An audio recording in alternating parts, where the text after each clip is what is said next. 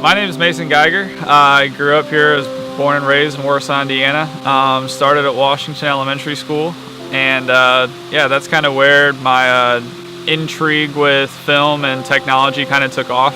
Mr. Ray was the new principal there, and he started the EdCom Expo. And I remember that was the first film I worked with, and we were all excited. We got IMAX that came in; they had all the sweet little colors, and iMovie, and that's kind of how it started. And so he really piqued my interest with it, and then yeah, so I went on to Edgewood and working with Mr. Bailey there and the computer programming and stuff, and that was a lot of fun doing some, different films and stuff. And then I got to high school. That's where it really kicked off. Radio and TV, working with Mr. Bumgardner.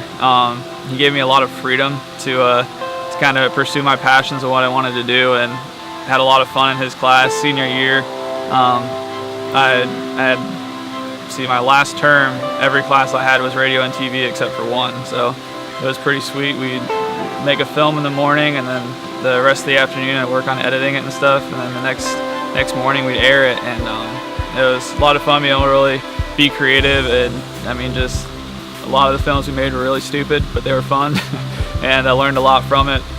Yeah, I ended up moving to California right after I graduated, and I ended up going for audio engineering because I had a friend that moved out with me, and he wasn't really sure what he wanted to do.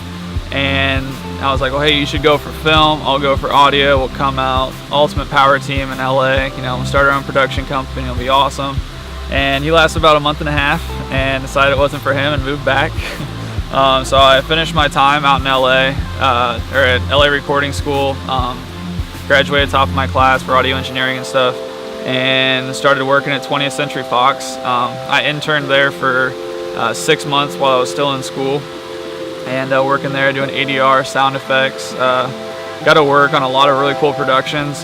Secretariat was one of the first films I worked on, recording sound effects and doing the ADR for that. And being on set, and just really, I knew that audio wasn't my passion. So a couple years go by, I'm still working at 20th Century, and I hadn't taken the plunge to become unionized. So a lot of the stuff that I was working on, I wasn't technically supposed to be working on. I knew deep down that it wasn't right for me and it wasn't right for us. So I chose to stay here. Started working construction with my dad in the family business, and it wasn't my dream of what I wanted to do. So I just kind of, I saw a need in the community for a lot of the businesses and events and stuff that are going on that they're not captured, I guess, the way that they should be or could be.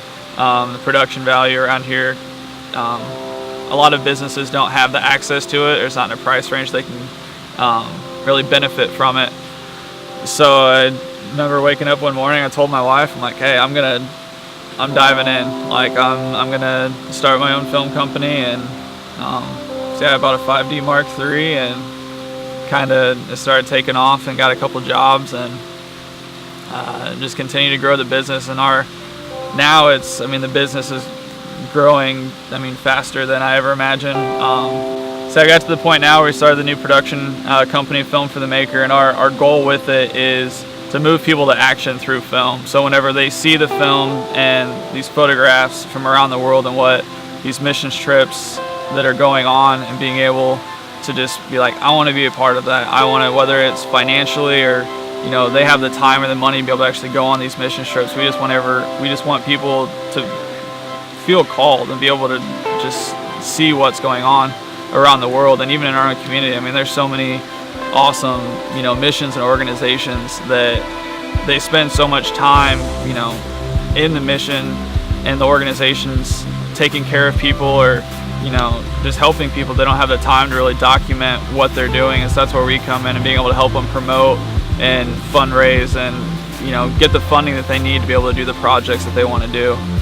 So that kind of leads us up to where we're at now. We're leaving in 2 weeks for a documentary where there's a couple local guys that are riding their mountain bikes from New Mexico, from the border of Mexico and New Mexico to Banff, Alberta, Canada. It's the world's toughest mountain bike course ever.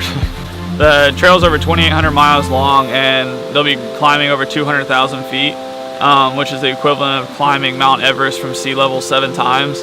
And they are not professional mountain bike riders at all. I mean, they've always had a passion for it, and it was kind of on their bucket list, and they were like, what, how can we do this and not be just about us? So their goal is to raise $25,000 to help with Second Mile Missions House of Hope, the Dominican Republic. Yeah, I mean, so my advice for anyone that, in any aspect, whatever industry you're looking at going into, is just stay true to yourself. Don't sell out.